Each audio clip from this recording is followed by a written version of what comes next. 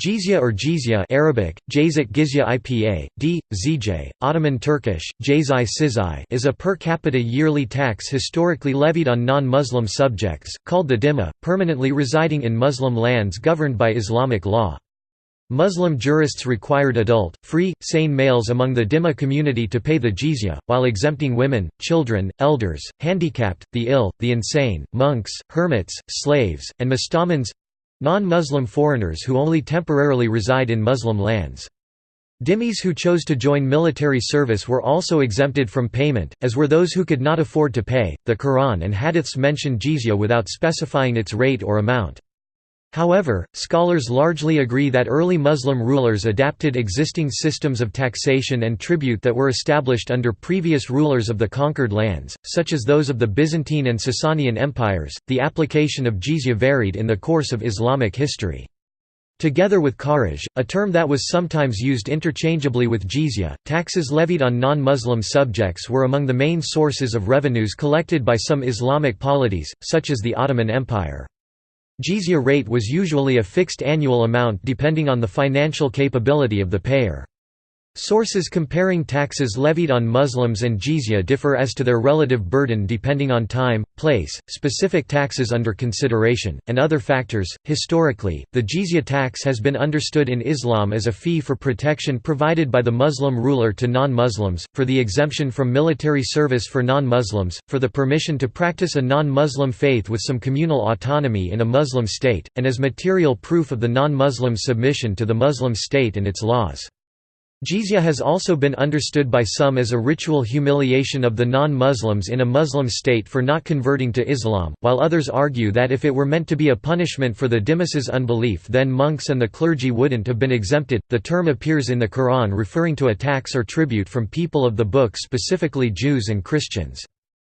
Followers of other religions like Zoroastrians and Hindus too were later integrated into the category of dhimmis and required to pay jizya.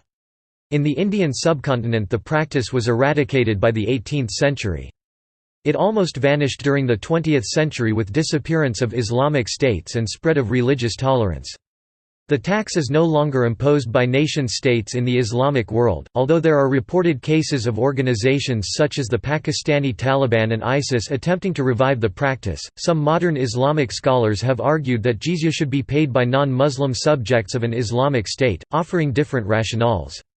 For example, Sayyid Qutb saw it as punishment for polytheism, while Abdul Rahman Doi viewed it as a counterpart of the zakat tax paid by Muslims.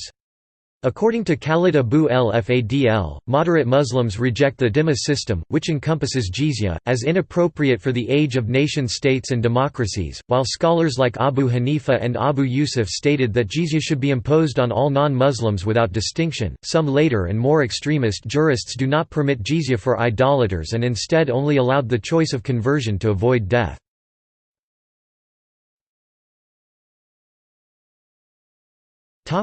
Etymology and meaning. Commentators disagree on the definition and derivation of the word jizya. Shakir's English translations of the Quran render jizya as tax, while Pickthall and Arbery translate it as tribute. Yusuf Ali prefers to transliterate the term as jizya. Yusuf Ali considered the root meaning of jizya to be compensation, whereas Muhammad Asad considered it to be satisfaction. Al-Raghib al-Isfahani d. 1108, a classical Muslim lexicographer, points out that derivates of the word jizya appear in some Qur'anic verses such as the reward jaz of those who purify themselves Q 20-76, while those who believed and did good deeds will have the best of rewards Q 18-88, and the retribution for an evil act is an evil one like it, but whoever pardons and makes reconciliation, his reward is due from God Q 42-40, and will reward them for what they patiently endured with a garden in paradise and silk garments Q 76-12, and be repaid only according to your deeds Q 37-39. And he writes about jizya, a tax that is levied on dhimmis, and it is so named because it is in return for the protection they are guaranteed. Muhammad Abdul Halim states that the term poll tax does not translate the Arabic word jizya, being also inaccurate in light of the exemptions granted to children, women, etc., unlike a poll tax, which by definition is levied on every individual poll equals head regardless of gender, age, or ability to pay. He further adds that the root verb of jizya is jzy, which means to reward somebody for something, to pay what is due in return for something, and adds that it is in return for the protection of the Muslim state with all the accruing benefits and exemption from military service, and such taxes on Muslims as zakat.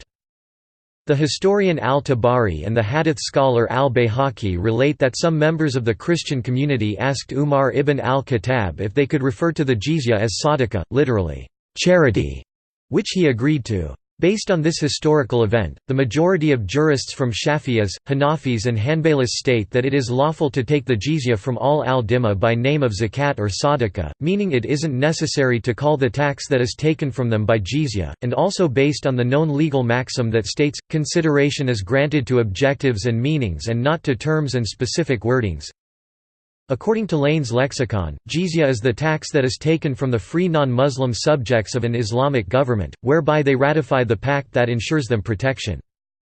Michael G. Moroney states that the emergence of protected status and the definition of jizya as the poll tax on non-Muslim subjects appears to have been achieved only by the early 8th century.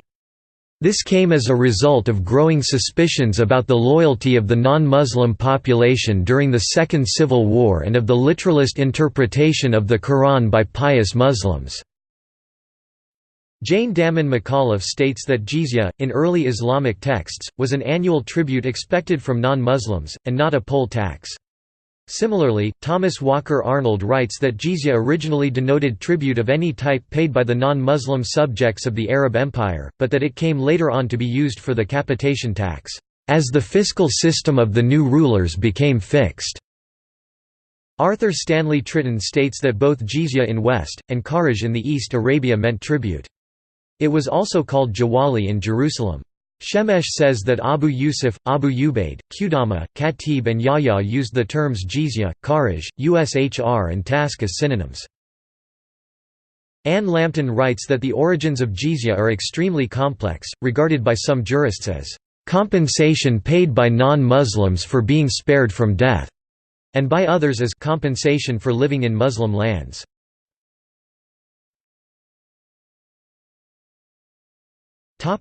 Rationale. Most Muslim jurists and scholars regard the jizya as a special payment collected from certain non-Muslims in return for the responsibility of protection fulfilled by Muslims against any type of aggression, as well as for non-Muslims being exempt from military service, and in exchange for the suppliance of poor dhimmis. In a treaty made by Khalid with some towns in the neighborhood of Hira, he writes, "If we protect you, then jizya is due to us, but if we do not, then it is not due." Early Hanafi jurist Abu Yusuf writes, after Abu Ubaidah concluded a peace treaty with the people of Syria and had collected from them the jizya and the tax for agrarian land he was informed that the Romans were readying for battle against him and that the situation had become critical for him and the Muslims. Abu Ubaidah then wrote to the governors of the cities with whom pacts had been concluded that they must return the sums collected from jizya and kharaj and say to their subjects, "We return to you your money because we have been informed that troops are being raised against us. In our agreement you stipulated that we protect you, but we are unable to do so. Therefore, we now return to you what we have taken from you, and we will abide by the stipulation and what has been written down, if God grants us victory over them." In accordance with this order, enormous sums were paid back out of the state treasury, and the Christians called down blessings on the heads of the Muslims, saying, "May God give you rule over us again and make you victorious over the Romans. Had it been they would not have given us back anything, but would have taken all that remained with us." Similarly, during the time of the Crusades, Saladin returned the jizya to the Christians of Syria when he was compelled to retract from it. Moreover, the Christian tribe of Al-Jarajima, in the neighborhood of Antioch, made peace with the Muslims, promising to be their allies and fight on their side in battle, on condition that they should not be called upon to pay jizya and should receive their proper share of the booty. The Orientalist Thomas Walker Arnold writes that even Muslims were made to pay a tax if they were exempted from military service, like non-Muslims. Thus, the Shafi'i scholar Al-Khatib Ash-Sherbini states, "Military service is not obligatory for non-Muslims, especially for dhimmis, since they give jizya so that we protect and defend them, and not so that he defends us." Ibn Hajar al-Asqalani states that there is a consensus amongst Islamic jurists that jizya is in exchange for military service.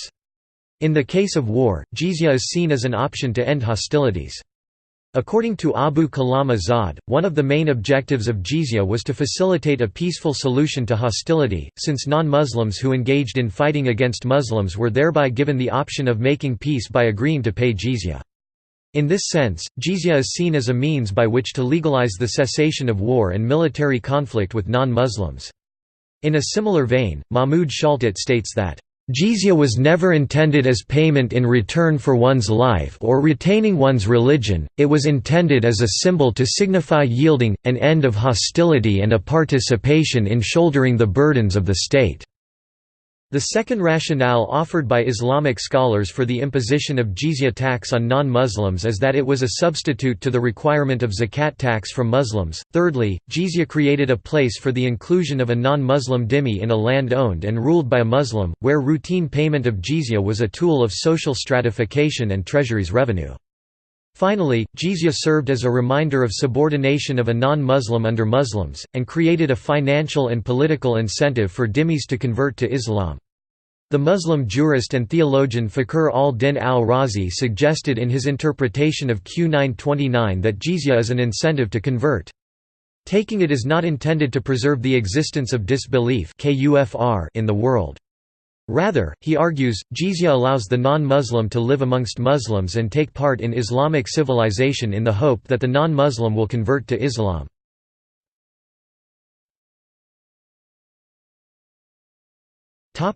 In the Qur'an, jizya is sanctioned by the Qur'an based on the following verse: "Fight those who believe not in God and in the Last Day, and who do not forbid what God and His Messenger have forbidden, and who follow not the religion of truth among those who were given the book, till they pay the jizya with a willing hand, being humbled." Tr. The Study Quran. "Fight those of the people of the book who do not truly believe in God and the Last Day, who do not forbid what God and His Messenger have forbidden, who do not behave according to the rule of justice, until they pay the tax and submit to it." Tr. Abdul Halim. 1. Fight those who believe not in God and the Last Day. Katilu yadina la yu manuna bi lahi wa la bi el yami el akhir. Muhammad Sa'id Ramadan al-Bouti says, commenting on this verse, the verse commands qatal and not qatl, and it is known that there is a big distinction between these two words. For you say qataltu so and so if you initiated the fighting, while you say qataltu cat him if you resisted his effort to fight you by a reciprocal fight, or if you forestalled him in that so that he would not get at you unawares. Commenting on the jizya verse, Abu Hayyan states, they are so described because their way of acting is the way of those who do not believe in God, while Ahmad al-Maraghi comments on it. Fight those mentioned when the conditions which necessitate fighting are present, namely, aggression against you or your country, oppression and persecution against you on account of your faith, or threatening your safety and security, as was committed against you by the Byzantines, which was what led to Tabuk. Muhammad Abdul Halim writes that there is nothing in the Quran to say that not believing in God and the Last Day is in itself grounds for fighting anyone. Point 2. Do not forbid what God and His Messenger have forbidden. Wala yuharimuna ma haramallahu wa rasula. The closest and most viable cause must relate to jizya, that is, unlawfully consuming what belongs to the Muslim state, which, al-Baydawi explains, it has been decided that they should give, since their own scriptures and prophets forbid breaking agreements and not paying what is due to others. His messenger in this verse has been interpreted by exegetes as referring to the Prophet Muhammad or the people of the book's own earlier messengers, Moses or Jesus. According to Abdul Halim, the latter must be the correct interpretation, as it is already assumed that the people of the book did not believe in Muhammad or forbid what he forbade, so that they are condemned for not obeying their own prophet, who told them to honor their agreements. Point 3. Who do not embrace the true faith, who do not behave according to the rule of justice. Wala yadinuna dinal haq. A number of translators have rendered the text as, "Those who do not embrace the true faith, follow the religion of truth," or some variation thereof. Muhammad Abdul Halim argues against this translation, preferring instead to render Dinul Haq as rule of justice. The main meaning of the Arabic dana is he obeyed, and one of the many meanings of din is behavior al-sira wal-ada. The famous Arabic lexicographer Fairuzabadi d. 817–1415 gives more than 12 meanings for the word din, placing the meaning worship of God, religion lower in the list. Al-Mu'jam al-Wasit gives the following definition: dana is to be in the habit of doing something good or bad. Dana by something is to take it as a religion and worship God through it. Thus, when the verb dana is used in the sense of to believe or to practice a religion, it takes the preposition by after it, e.g. dana bil Islam, and this is the only usage in which the word means religion. The Jizya verse does not say la yadinuna by dinil haq, but rather la yadinuna dinil haq. Abdul Halim thus concludes that the meaning that fits the Jizya verse is thus those who do not follow the way of justice al-haq, i.e. by breaking their agreement and refusing to pay what is due. 4. Until they pay jizya with their own hands and yadan. Here an yad from, for, at hand, is interpreted by some to mean that they should pay directly, without intermediary and without delay. Others say that it refers to its reception by Muslims and means, generously, as in, with an open hand, since the taking of the jizya is a form of munificence that averted a state of conflict.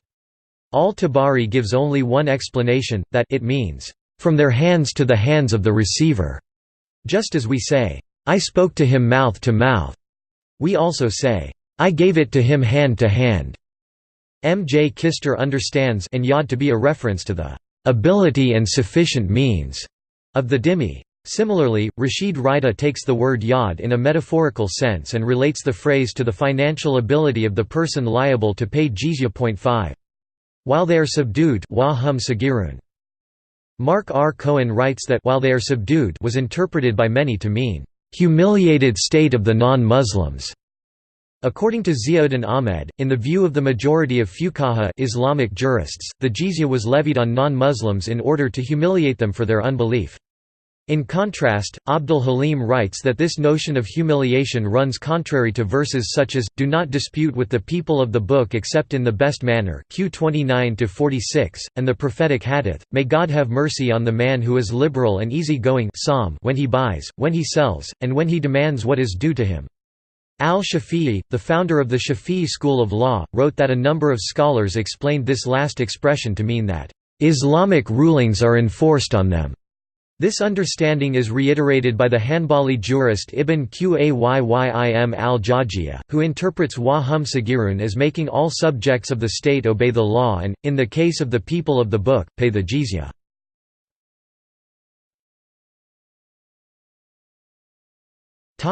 In the classical era.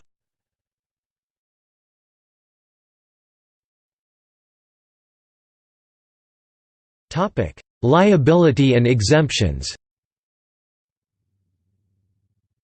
Rules for liability and exemptions of jizya formulated by jurists in the early Abbasid period appear to have remained generally valid thereafter. Islamic jurists required adult, free, sane, able-bodied males of military age with no religious functions among the dhimma community to pay the jizya, while exempting women, children, elders, handicapped, monks, hermits, the poor, the ill, the insane, slaves, as well as mustamans, non-Muslim foreigners who only temporarily reside in Muslim lands, and converts to Islam. Dhimmis who chose to join military service were exempted from payment. If anyone could not afford this tax, they would not have to pay anything. Sometimes a dhimmi was exempted from jizya if he rendered some valuable services to the state. The Hanafi scholar Abu Yusuf wrote, "Slaves, women, children, the old, the sick, monks, hermits, the insane, the blind and the poor, were exempt from the tax." And states that jizya should not be collected from those who have neither income nor any property, but survive by begging and from alms. The Hanbali jurist al-Qadi Abu Ya'la states, "There is no jizya upon the poor, the old, and the chronically ill." Historical reports tell of exemptions granted by the second caliph Umar to an old blind Jew and others like him. The Maliki scholar al-Qurtubi writes that, There is a consensus amongst Islamic scholars that jizya is to be taken only from heads of free men past puberty, who are the ones fighting, but not from women, the children, the slaves, the insane, and the dying old." The 13th-century Shafi'i scholar al-Nawawi wrote that a woman, a hermaphrodite, a slave even when partially enfranchised, a minor and a lunatic are exempt from jizya. The 14th-century Hanbali scholar Ibn Qayyim wrote, "And there is no jizya upon the aged, one suffering from chronic disease, the blind, and the patient who has no hope of recovery and has despaired of his health, even if they have enough." Ibn Qayyim adds, referring to the four Sunni madhabs, "There is no jizya on the kids, women and the insane. This is the view of the four imams and their followers." Ibn Mundir said, "I do not know anyone to have differed with them." Ibn Qudama said in al-Mughni, "We do not know of any difference of opinion among the learned on this issue." In contrast, the Shafi'i jurist al-Nawawi wrote, "Our school insists upon the payment of the poll tax by sickly persons, old men, even if decrepit, blind men, monks, workmen, and poor persons incapable of exercising a trade. As for people who seem to be insolvent at the end of the year, the sum of the poll tax remained as debt to their account until they should become solvent." Abu Hanifa, in one of his opinions, and Abu Yusuf held that monks were subject to jizya if they worked. Ibn Qayyim stated that the Dahir opinion of Ibn Hanbal is that peasants and cultivators were also exempted from jizya, though jizya was mandated initially for people of the book Judaism, Christianity, Sabianism, it was extended by Islamic jurists to all non-Muslims. Thus Muslim rulers in India, with the exception of Akbar, collected jizya from Hindus, Buddhists, Jains and Sikhs under their rule. The sources of jizya and the practices varied significantly over Islamic history. Shelomo Dov Goitin states that the exemptions for the indigent, the invalids and the old were no longer observed in the milieu reflected by the Cairo Geniza and were discarded even in theory by the Shafi'i jurists who were influential in Egypt at the time. According to Kristen A. Stilt, historical sources indicate that in Mamluk Egypt, poverty did not necessarily excuse the dhimmi from paying the tax, and boys as young as 9 years old could be considered adults for tax purposes, making the tax particularly burdensome for large, poor families. Ashdor and Bornstein Makovetsky infer from Geniza documents that jizya was also collected in Egypt from the age of 9 in the 11th century.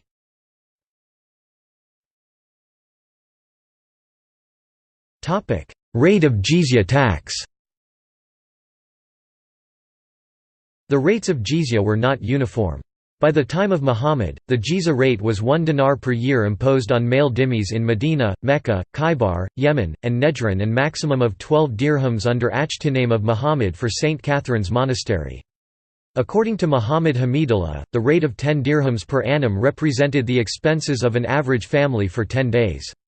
Abu Yusuf, the chief qadi of the Caliph Harun al-Rashid, states that there was no amount permanently fixed for the tax, though the payment usually depended on wealth. The Kitab al-Kharaj of Abu Yusuf sets the amounts at 48 dirhams for the richest, e.g. moneychangers, 24 for those of moderate wealth, and 12 for craftsmen and manual laborers.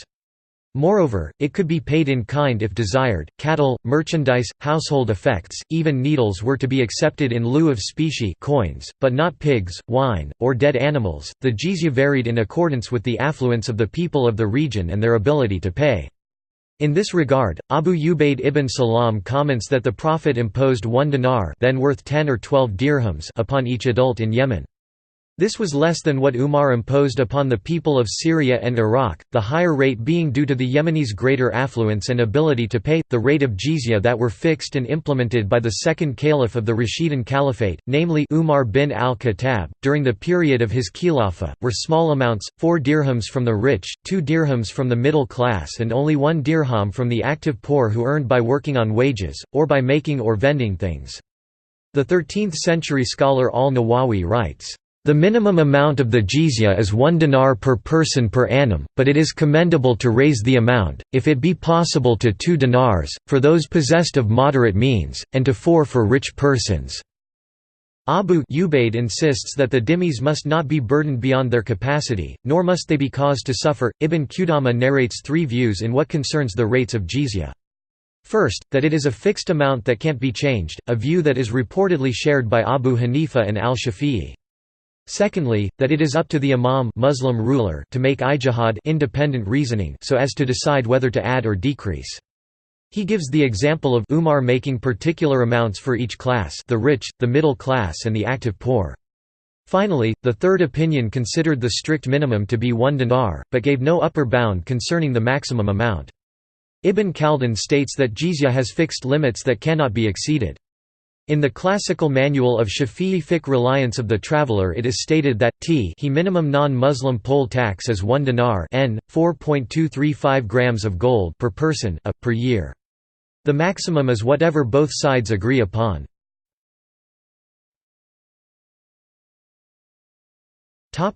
Collection methods. Anne Lambton states that the jizya was to be paid in humiliating conditions. Naji and other scholars state that some jurists required the jizya to be paid by each in person, by presenting himself, arriving on foot not horseback, by hand, in order to confirm that he lowers himself to being a subjected one, and willingly pays. According to Mark R. Cohen, the Qur'an itself does not prescribe humiliating treatment for the dhimmi when paying jizya, but some later Muslims interpreted it to contain an equivocal warrant for debasing the dhimmi non-Muslim through a degrading method of remission. In contrast, the 13th-century hadith scholar and Shafi'ite jurist al-Nawawi, comments on those who would impose a humiliation along with the paying of the jizya, stating, "As for this aforementioned practice, I know of no sound support for it in this respect, and it is only mentioned by the scholars of Khurasan. The majority of scholars say that the jizya is to be taken with gentleness, as one would receive a debt. The reliably correct opinion is that this practice is invalid and those who devised it should be refuted. It is not related that the Prophet or any of the rightly guided caliphs did any such thing when collecting the jizya." Ibn Qudama also rejected this practice and noted that Muhammad and the Rashidun caliphs encouraged that jizya be collected with gentleness and kindness. The Maliki scholar al-Qurtubi states, "Their punishment in case of non-payment of jizya while they were able to do so is permitted, however, if their inability to pay it was clear then it isn't lawful to punish them, since, if one isn't able to pay the jizya, then he is exempted." According to Abu Yusuf, jurist of the 5th Abbasid Caliph Harun al-Rashid, those who didn't pay jizya should be imprisoned and not be let out of custody until payment. However, the collectors of the jizya were instructed to show leniency and avoid corporal punishment in case of non-payment. If someone had agreed to pay jizya, leaving Muslim territory for enemy land was, in theory, punishable by enslavement if they were ever captured. This punishment did not apply if the person had suffered injustices from Muslims. Failure to pay the jizya was commonly punished by house arrest, and some legal authorities allowed enslavement of dhimmis for non-payment of taxes. In South Asia, for example, seizure of dhimmi families upon their failure to pay annual jizya was one of the two significant sources of slaves sold in the slave markets of Delhi Sultanate and Mughal era.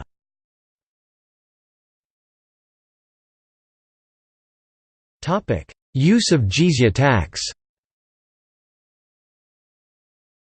Jizya was considered as one of the basic tax revenue for the early Islamic state along with zakat, kharaj, and others, and was collected by the Bayt al-Mal public treasury.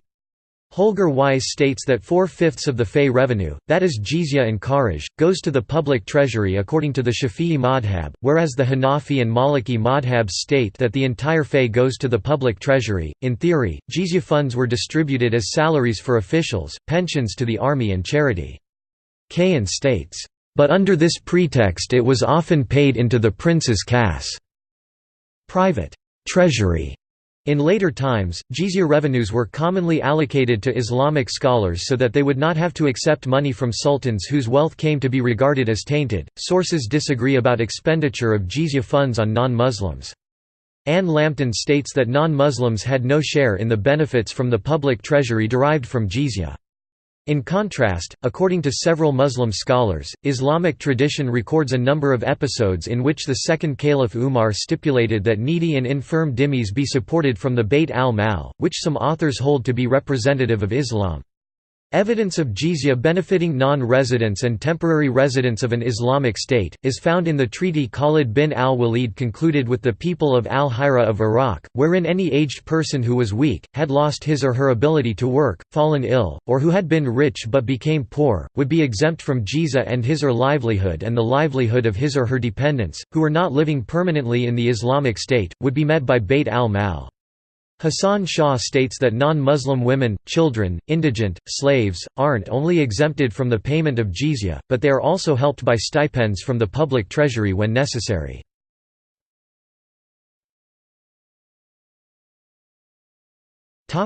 History.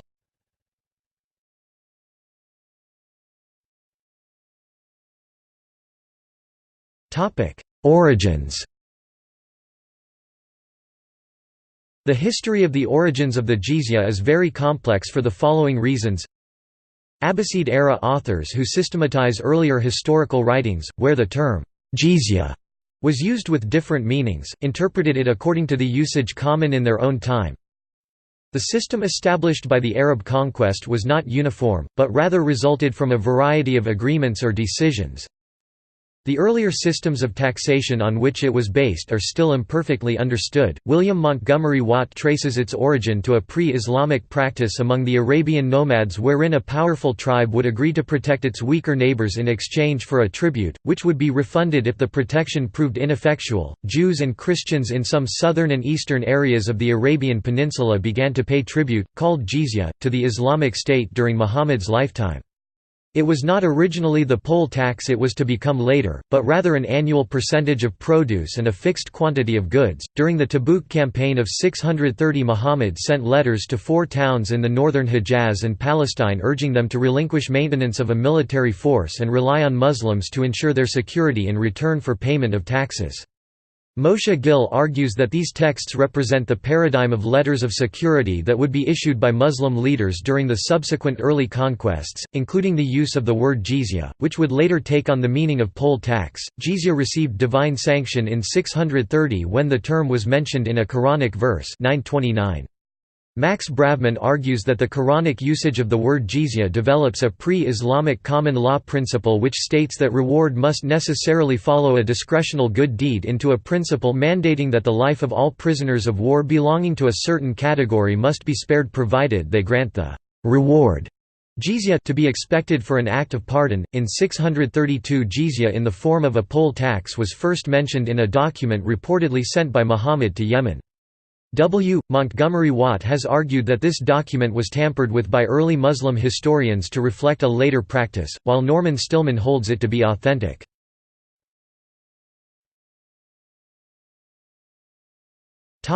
Emergence of classical taxation system. Taxes levied on local populations in the wake of early Islamic conquests could be of 3 types, based on whether they were levied on individuals, on the land, or as collective tribute. During the 1st century of Islamic expansion, the words jizya and kharaj were used in all these 3 senses, with context distinguishing between individual and land taxes, kharaj on the head, jizya on land, and vice versa. In the words of Dennett, "Since we are talking in terms of history, not in terms of philology, the problem is not what the taxes were called, but what we know they were." Regional variations in taxation at first reflected the diversity of previous systems. The Sasanian Empire had a general tax on land and a poll tax having several rates based on wealth, with an exemption for aristocracy. In Iraq, which was conquered mainly by force, Arabs controlled taxation through local administrators, keeping the graded poll tax, and likely increasing its rates to 1, 2 and 4 dinars. The aristocracy exemption was assumed by the new Arab Muslim elite and shared by local aristocracy by means of conversion. The nature of Byzantine taxation remains partly unclear, but it appears to have involved taxes computed in proportion to agricultural production or number of working inhabitants in population centers. In Syria and Upper Mesopotamia, which largely surrendered under treaties, taxes were calculated in proportion to the number of inhabitants at a fixed rate, generally 1 dinar per head. They were levied as collective tribute in population centers which preserved their autonomy and as a personal tax on large abandoned estates, often paid by peasants in produce. In post-conquest Egypt, most communities were taxed using a system which combined a land tax with a poll tax of 2 dinars per head. Collection of both was delegated to the community on the condition that the burden be divided among its members in the most equitable manner. In most of Iran and Central Asia, local rulers paid a fixed tribute and maintained their autonomy in tax collection. Using the Sasanian dual tax system in regions like Khorasan, difficulties in tax collection soon appeared. Egyptian Copts, who had been skilled in tax evasion since Roman times, were able to avoid paying the taxes by entering monasteries, which were initially exempt from taxation, or simply by leaving the district where they were registered. This prompted imposition of taxes on monks and introduction of movement controls. In Iraq, many peasants who had fallen behind with their tax payments, converted to Islam and abandoned their land for Arab garrison cities in hope of escaping taxation. Faced with a decline in agriculture and a treasury shortfall, the governor of Iraq al-Hajjaj forced peasant converts to return to their lands and subjected them to the taxes again, effectively forbidding peasants to convert to Islam. In Khorasan, a similar phenomenon forced the native aristocracy to compensate for the shortfall in tax collection out of their own pockets, and they responded by persecuting peasant converts and imposing heavier taxes on poor Muslims. The situation where conversion to Islam was penalized in an Islamic state could not last, and the devout Umayyad Caliph Umar II has been credited with changing the taxation system. Modern historians doubt this account, although details of the transition to the system of taxation elaborated by Abbasid-era jurists are still unclear. Umar II ordered governors to cease collection of taxes from Muslim converts, but his successors obstructed this policy. Some governors sought to stem the tide of conversions by introducing additional requirements such as undergoing circumcision and the ability to recite passages from the Qur'an. According to Hoyland, taxation-related grievances of non-Arab Muslims contributed to the opposition movements which resulted in the Abbasid Revolution. In contrast, Dennett states that it is incorrect to postulate an economic interpretation of the Abbasid Revolution. The notion of an Iranian population staggering under a burden of taxation and ready to revolt at the first opportunity, as imagined by Gerloff van Vloten, will not bear the light of careful investigation. He continues, under the new system that was eventually established, kharaj came to be regarded as a tax levied on the land, regardless of the taxpayer's religion. The poll tax was no longer levied on Muslims, but treasury did not necessarily suffer and converts did not gain as a result, since they had to pay zakat, which was instituted as a compulsory tax on Muslims around 730. The terminology became specialized during the Abbasid era, so that kharaj no longer meant anything more than land tax, while the term Jizya was restricted to the poll tax on dhimmis.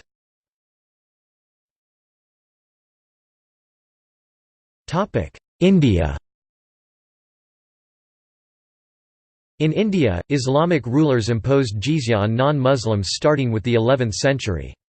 The taxation practice included jizya and kharaj taxes.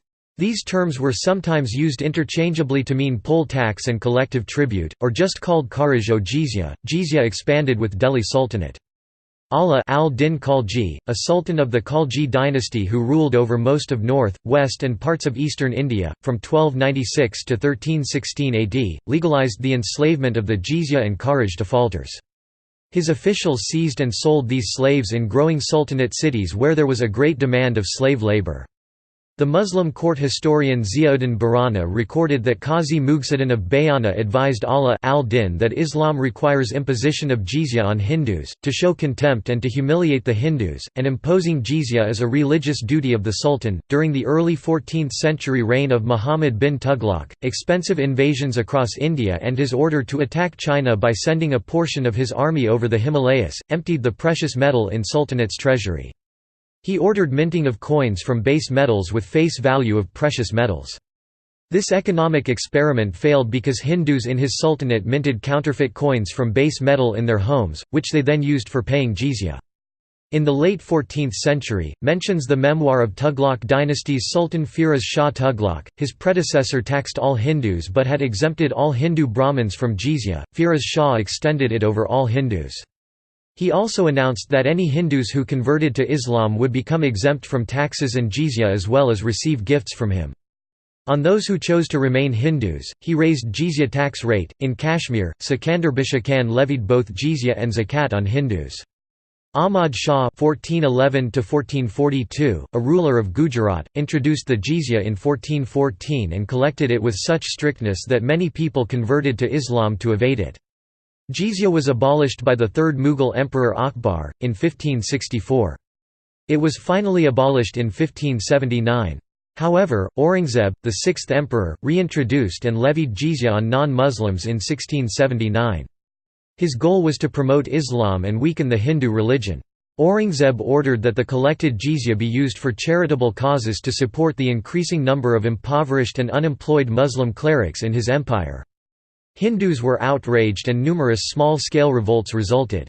The jizya rate was more than twice the zakat tax rate paid by Muslims, which led to mass civil protests of 1679 in India. He imposed it on monks and beggars as well. In some areas revolts led to its periodic suspension, such as the 1704 AD suspension of jizya in Deccan region of India by Aurangzeb.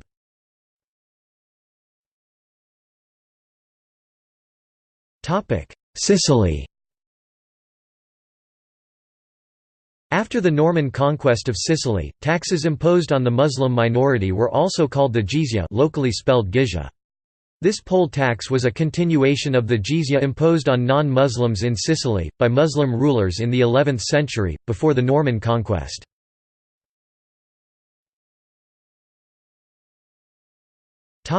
Ottoman Empire. Jizya collected from Christian and Jewish communities was among the main sources of tax income of the Ottoman treasury. In some regions, such as Lebanon and Egypt, jizya was payable collectively by the Christian or the Jewish community, and was referred to as makta. In these cases, the individual rate of jizya tax would vary, as the community would pitch in for those who could not afford to pay.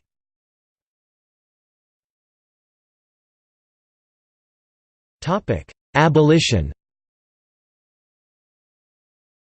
In Persia, jizya was paid by Zoroastrian minority until 1884, when it was removed by pressure on the Qajar government from the Persian Zoroastrian Amelioration Fund. The jizya was eliminated in Algeria and Tunisia in the 19th century, but continued to be collected in Morocco until the first decade of the 20th century. These three dates coincide with the French colonization of these countries. The Ottoman Empire abolished the jizya in 1856. It was replaced with a new tax, which non-Muslims paid in lieu of military service. It was called Badal Askari, lit. Military substitution, a tax exempting Jews and Christians from military service. The Jews of Kurdistan, according to the scholar Mordecai Zakin, preferred to pay the Badal tax in order to redeem themselves from military service. Only those incapable of paying the tax were drafted into the army. Zakin says that paying the tax was possible to an extent also during the war, and some Jews paid 50 gold liras every year during World War I. According to Zakin, in spite of the forceful conscription campaigns, some of the Jews were able to buy their exemption from conscription duty. Zakin states that the payment of the Badal Askari during the war was a form of bribe that bought them at most a one-year deferment.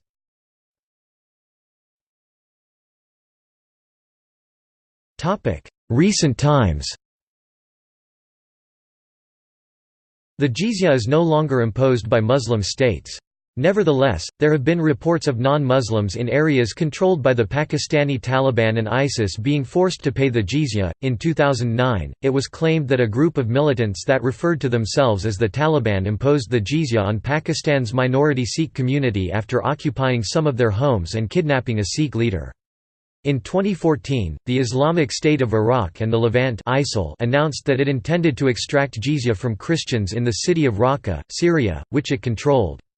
Christians who refused to pay the tax would have to either convert to Islam or die.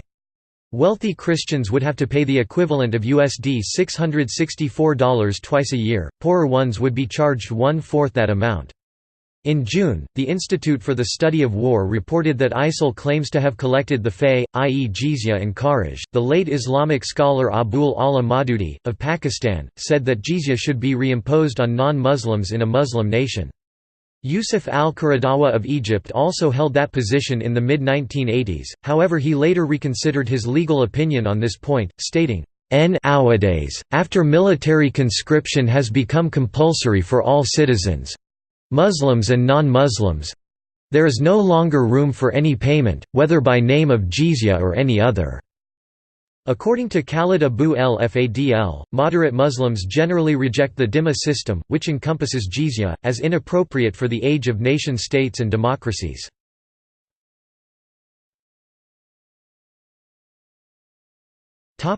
Assessment and historical context. Some authors have characterized the complex of land and poll taxes in the pre-Abbasid era and implementation of the jizya poll tax in early modern South Asia as discriminatory and/or oppressive, and the majority of Islamic scholars, amongst whom are al-Nawawi and Ibn Qudama, have criticized humiliating aspects of its collection as contrary to Islamic principles. Discriminatory regulations were utilized by many pre-modern polities. However, W. Cleveland and M. Bunton assert that dhimma status represented an unusually tolerant attitude for the era and stood in marked contrast to the practices of the Byzantine Empire. They add that the change from the Byzantine and Persian rule to Arab rule lowered taxes and allowed dhimmis to enjoy a measure of communal autonomy. According to Bernard Lewis, available evidence suggests that the change from Byzantine to Arab rule was welcomed by many among the subject peoples, who found the new yoke far lighter than the old, both in taxation and in other matters. Ira Lapidus writes that the Arab Muslim conquests followed a general pattern of nomadic conquests of settled regions, whereby conquering peoples became the new military elite and reached a compromise with the old elites by allowing them to retain local political, religious, and financial authority. Peasants, workers, and merchants paid taxes, while members of the old and new elites collected them. Payment of various taxes, the total of which for peasants often reached half of the value of their produce, was not only an economic burden, but also a mark of social inferiority. Norman Stillman writes that although the tax burden of the Jews under early Islamic rule was comparable to that under previous rulers, Christians of the Byzantine Empire, though not Christians of the Persian Empire, whose status was similar to that of the Jews, and Zoroastrians of Iran shouldered a considerably heavier burden in the immediate aftermath of the Arab conquests. He writes that escape from oppressive taxation and social inferiority was a great inducement to conversion and flight from villages to Arab garrison towns, and many converts to Islam were sorely disappointed when they discovered that they were not to be permitted to go from being tribute bearers to pension receivers by the ruling Arab military elite. Before their numbers forced an overhaul of the economic system in the 8th century, the influence of jizya on conversion has been a subject of scholarly debate. Julius Wellhausen held that the poll tax amounted to so little that exemption from it did not constitute sufficient economic motive for conversion. Similarly, Thomas Arnold states that jizya was too moderate to constitute a burden, seeing that it released them from the compulsory military service that was incumbent on their Muslim fellow subjects. He further adds that converts escaping taxation would have to pay the legal alms, zakat, that is annually levied on most kinds of movable and immovable property. Other early 20th-century scholars suggested that non-Muslims converted to Islam en masse in order to escape the poll tax, but this theory has been challenged by more recent research. Daniel Dennett has shown that other factors, such as desire to retain social status, had greater influence on this choice in the early Islamic period. According to Halil Analchik, the wish to avoid paying the jizya was an important incentive for conversion to Islam in the Balkans, though Anton Minkoff has argued that it was only one among several motivating factors. Mark R. Cohen writes that despite the humiliating connotations and the financial burden, the jizya paid by Jews under Islamic rule provided a surer guarantee of protection from non-Jewish hostility than that possessed by Jews in the Latin West, where Jews paid numerous and often unreasonably high and arbitrary taxes in return for official protection, and where treatment of Jews was governed by charters which new rulers could alter at will upon accession or refuse to renew altogether. The Pact of Umar, which stipulated that Muslims must do battle to guard the dhimmis and put no burden on them greater than they can bear, was not always upheld, but it remained a steadfast cornerstone of Islamic policy. Into early modern times, Yasser Elathi states that the insignificant amount of the jizya, as well as its progressive structure and exemptions, leave no doubt that it was not imposed to persecute people or force them to convert. Niaz A. Shah states that jizya is partly symbolic and partly commutation for military service. As the amount is insignificant and exemptions are many, the symbolic nature predominates." The French polymath Gustave Le Bon wrote, "that despite the fact that the incidence of taxation fell more heavily on a Muslim than a non-Muslim, the non-Muslim was free to enjoy equally well with every Muslim all the privileges afforded to the citizens of the state." Muhammad Abdul Halim states, Jizya is a very clear example of the acceptance of a multiplicity of cultures within the Islamic system, which allowed people of different faiths to live according to their own faiths, all contributing to the well-being of the state, Muslims through zakat, and the al-dhimma through jizya.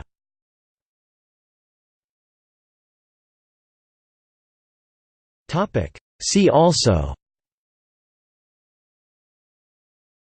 Dhimmi, Kharaj, Liebzel, Ottoman millet system, Rav accessi, taxation of the Jews, tolerance tax.